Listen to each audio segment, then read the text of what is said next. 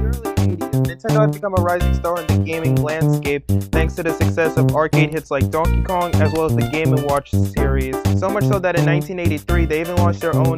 video game system, the Famicom, which even able to displace Sega's, SG-1000 in Japanese markets. But of course, the video game crash of '83 happened, which ended up delaying the release of the system in North America along with other markets. Since consumers were weary of, video game consoles and video game home releases, Nintendo sought to redesign the Famicom as more of like a entertainment system, redesigning the system itself to look and function more like a VCR rather than the Famicom's top loader, as well as creating Rob the Robot, also positioned as more like a toy,